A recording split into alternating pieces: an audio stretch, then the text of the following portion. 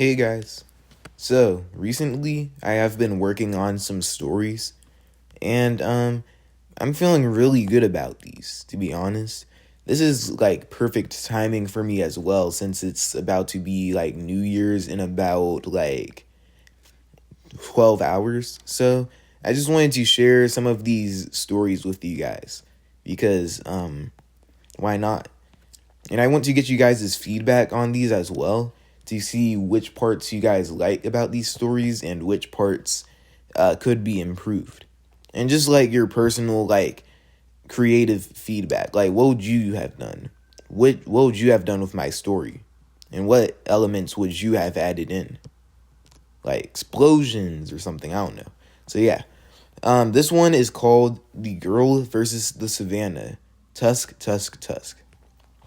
So, in this story, a young Eliana adventures in the African savanna to find an ancient species called the mammoths. These creatures went extinct during the Ice Age and would grow giant, superpowered tusks the size of a skyscraper. Not to mention, these tusks were also used as weaponry by those same mammoths, used to fight, scar, and kill pterodactyls, tall trees, anything they could get their snouts on. Ellie was suited up with a visor and a dagger, intent on digging through the cave walls to bring the fossils to life. To light. But also life, as you'll soon find out. When she did find these fossils, as big as day, her feminine self was shocked. However, there was more to be done. They were connected and put together for hours until a full-scale replica was made, still spanning the size of, well, every tall tree her eyes could see. Ultimately, the time spent on this project took up her whole night. Eliana was sure she could see pterodactyl silhouettes flying around the night sky, but she could have been seeing things.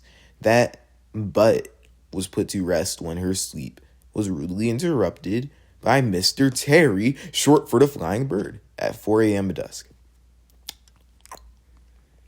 So basically, Eliana said put him up. Like, she just, like, got into a fighting stance.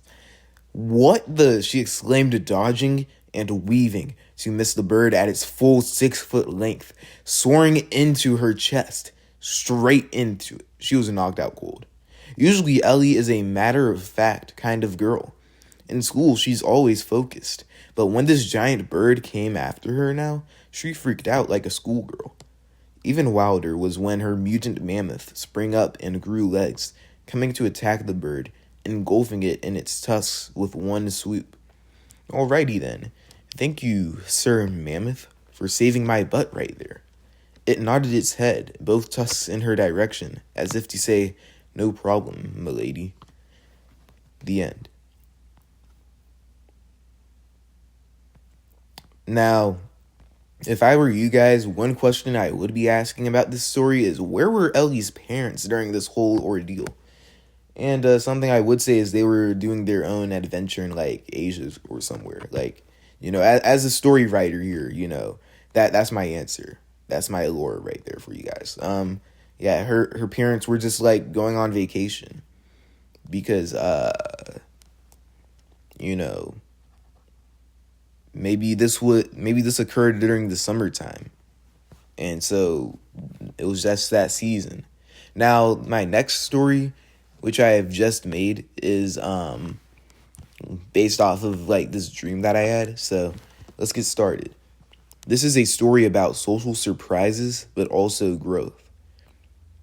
I was walking from school one afternoon when I saw a group of familiar classmates/acquaintances chatting and retreating to their houses too. Usually I would continue to walk back home and just listen to their lively conversation. This time I asked to join the group. They happily let me in. One of them was a fairy for some reason, who was flying to and fro around the neighborhood fences as I was being introduced. Her name is Claire, I was answered with upon questioning. When we finally got to my cul-de-sac, things took a turn for the worse. We were all teleported to a game world version of my cul-de-sac. It was like a Pac-Man maze, with each of us chasing each other for no particular reason.